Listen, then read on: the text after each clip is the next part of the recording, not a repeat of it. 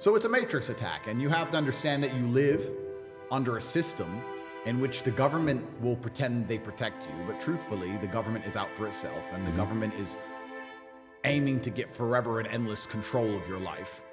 Every single government's objective is some form of communism where they control everything. They don't care about the prosperity. They don't care about making money. These things are kind of a illusion. Many people say, oh yeah, but the government wouldn't do that because they need people to have businesses. They need people to make money.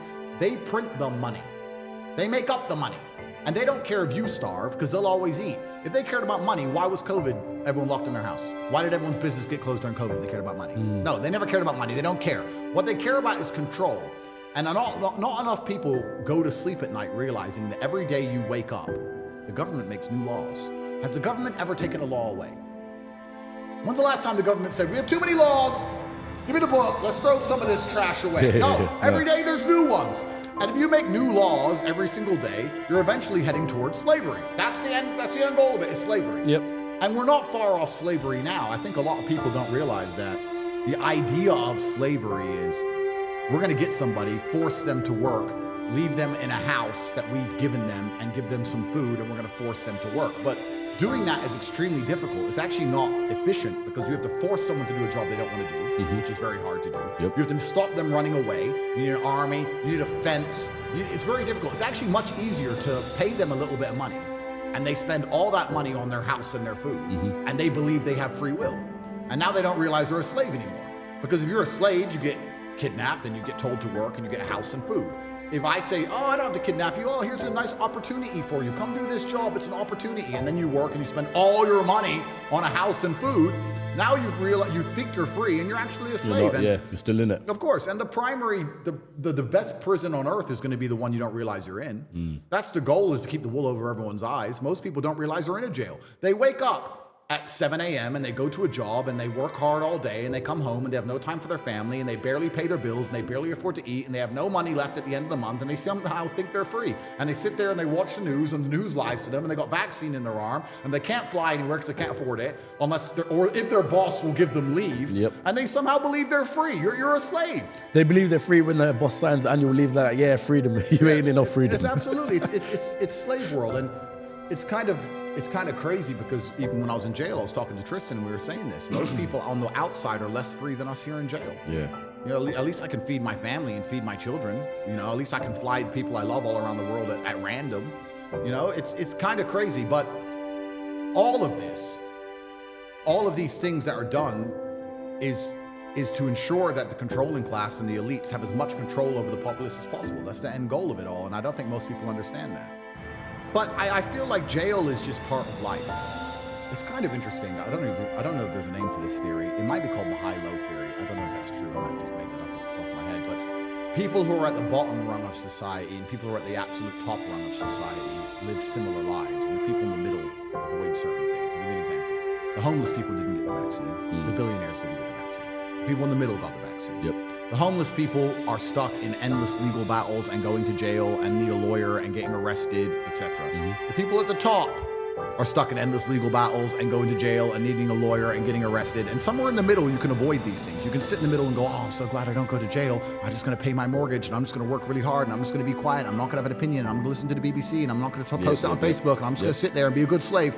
But if you're on the top or the bottom, you're kind of stuck in the same scenarios. And if you get to a high echelon, the highest echelons of life, you're going to deal with this crap. You're going to go to jail. You're going to catch a case. If you make a bunch of money, you're going to catch a case. If you're at home right now and you're thinking, I want to become a millionaire, that's fine. But if you want to make 20, 30, 40 million dollars and you're from nothing, you're from a council estate like me, and you want to end up with, well, I have hundreds of millions of dollars, but let's say you want to make 30 mil. There is no way you're getting there without catching a case. The feds are going to jump on you. You're going to get tax evasion, money laundering. Some girl's going to want some money. You're going to end up in a jail cell. I guarantee it. I think it's because there's a law of the universe, and it's absolutely universal. And there's some laws which are man-made, and there's some laws which are dictated by God himself that you can't avoid. And there is no light without dark. There is no light without dark. You're not going to be able to go from a Luton council estate to paying yourself $2 or $3 million a week without catching a case. You're going to end up caught, whether I ran my mouth or not. I sit here and tell the truth because I believe it's my duty, and I believe the reason I have such a large platform is so that I can inspire people to resist the slavery of the matrix. But you're always going to do these things. So if anyone is at home is actually truly ambitious and understands and want to make a whole bunch of money, that's great. But you have to be prepared for the good and the bad.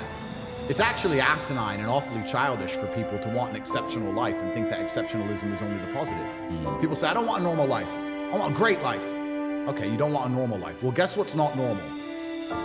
Private jets with your Bugatti being flown over to Dubai waiting for you, and Romanian dungeons. They're both not normal scenarios. You can't have one without the other. Yeah. And if you truly want to be free, or you want to feel like you're free, you're going to pay the price for that. So I think, like, especially as the world continues to spiral towards authoritarianism, especially as people begin to wake up and want to tell the truth, especially as they try to control all of us even harder with the economic mechanisms they have, if you're out here looking to make a bunch of money, you need to also prepare yourself for a case and prepare yourself for jail. So you have to remove all the attack vectors. Let's say I wanted to get as rich as possible and I wanted to make sure no matter what, I didn't go to jail. Okay, that's fine. But then you're going to end up removing the joys of life, because it's the joy of life that's the attack vector. It's actually funny. I said something the other day to my brother. I said, all the men I know just want to work. If you ask me what I want to do when I wake up, work. What am I doing on Sunday? Work. All I do is work. All the women I know just want to have fun. And fun is where the problems come. All the fun is the sin and the haramities, the garbage. Fun is danger, right? So it's the same. You have a nice Ferrari, you have a Bugatti, you want to drive it really fast, you're well known in your city, that's problems. You want to go out to the club and hang around with a bunch of girls, that's problems. Anything you do once you get rich, they're going to use against you. So you're saying, how do you get rich without ending up in trouble? Well, then what's the point in being rich if you're just going to sit in your house and behave? Like, what's the point in being rich if you're just going to sit in your house and lock the door and be scared of everything? True. If you're a rich person and you go out and you go to a nightclub or you go to a restaurant or you try and talk to a girl on Instagram, that's enough. That's a case. That's it. It's done. Yeah. That's done. You can do it when you're broke. When you're broke, you can go up to a chick and say, hey, you're beautiful, and she'll say, go away. When you're rich and you go up and say, excuse me, you're beautiful, she says, go away. And then she realizes who you were and how rich you were, and she'll change her mind. And she'll message you. And then if you ignore her, she'll say you sexually assaulted her. And now you got a police case. That's the world now. So you can't avoid these things. There's no light without dark. And I also think that it would be cowardice to say, I want to get as rich as possible and I want to make sure nothing bad happens to me. Listen, this is the universal law of how the world has always worked. If you're going to be a warlord, then you can talk about it financially. It's financial war. Business is war. If you're going to be a warlord, you're going to go to war. Because they don't understand how the government operates, because they don't understand what the Matrix is trying to do, because they don't understand that they're guilty of everything all the time just because they're a man, because they don't understand that trying to become financially free is direct attack on the Matrix. They've convinced you that they want people to become financially free because it's good for the economy. That's garbage. No, they want you enslaved, all of you. You are attacking the Matrix in many forms, and you need to prepare for jail. And things like my children, I was prepared in advance for jail. I kept saying they're going to send me. If I had not prepared properly, everyone, including myself, would be destitute. My family would be destitute. My children would have starved. I would be destitute. I've been arrested a year and a half ago. That my bank accounts were seized on the day of my arrest. I haven't had not a dollar since that day. And I pulled up an SF-90. So how did I do that? How did I do that? Well, I did that by thinking ahead. And you have to ask the average person at home. And I'll ask you now, please, as a professional, answer the following question. If they take your passport and they take all the bank accounts in your name, and they take all of your cryptocurrency accounts in your name, and they seize your house because your house is a mortgage, and they're going to find out what that is, and they're going to get a new piece of paper from a judge, and they're going to seize that. What do you have left? And where? And can you access it? Can you access it from jail? How do you move that money around? How do you pay for people? Where is it? People don't even think ahead. They save up some money and they put it in their NatWest and they're like, oh, I'm free. You're not free of anything. NatWest will take that off you. It takes a second, one phone call. Yeah, the same way you said in the last podcast, if you really own a house, they could take that in a split second as well. Same for your money. You don't own anything. Yeah. So then you have to sit and go, okay, how do I prepare for the ultimate level of Matrix attack with my money? Well, you can put things in other people's name. That's one way. But then if they work out who those people are, they're going to take that too. So then you have to sit and realize, well, how do the elites do it? Elites don't own anything. Trust funds own things, companies own things, foreign entities own things, shell companies own things. So then you have to go deeper down the rabbit hole and realize that you need to start setting up these extremely elaborate corporate structures just to protect your car, because otherwise you're going to lose it. So most people at home, and the reason I say these things, most people at home don't realize how fragile they are. And you're very fragile if you're broke, but you're also very fragile if you're rich and you're not prepared for the matrix attack, because it's going to come. It's going to come for you. Yeah. And if you're not prepared for it, they're going to take everything you own and you're going to be destitute. Like I said, a year and 4 months, I haven't had access officially to $1. How am I supposed to live for a year and 4 months with no money, no food, no gas, no paying for my children, nothing? There's so much work for you to do as a man. I don't know how people even... I barely sleep, and I never not work, and I never lay in. I'm never lazy.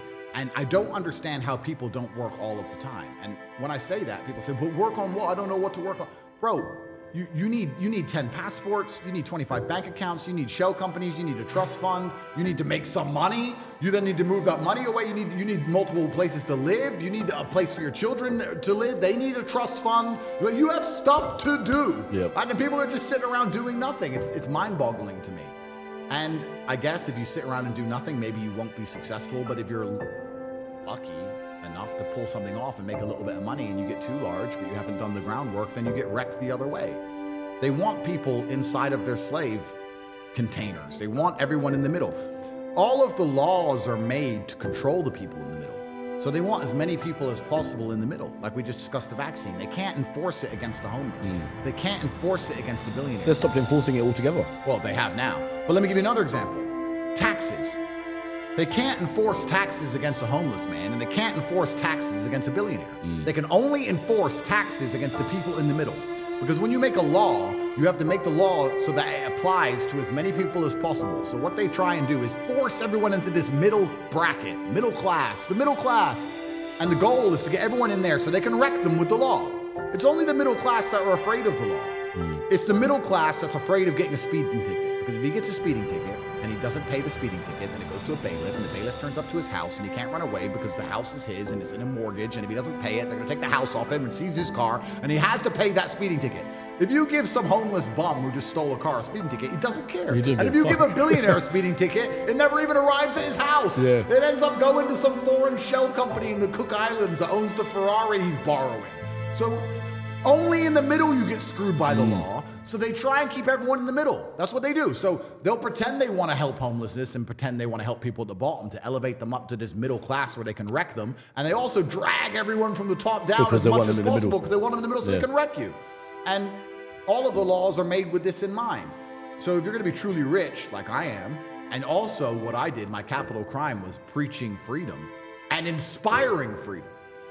The reason they dislike me so heavily is because I inspire freedom amongst the populace. Yeah. Young boys look at me and go, I don't want to do the things the Matrix tells me to do. I want to be like Andrew Tate. Well, I'm doing my best, and I'm a symbol of resistance. I'm a symbol of masculine imperative, and I'm a symbol of freedom. And they find me scary for that reason. And when they want to, I mean, they can't put everyone in jail, right? And they want to keep the population enslaved. So what they're thinking is, if we chop off the head of the snake, if we get rid of Andrew Tate, our job will be easier. Yeah.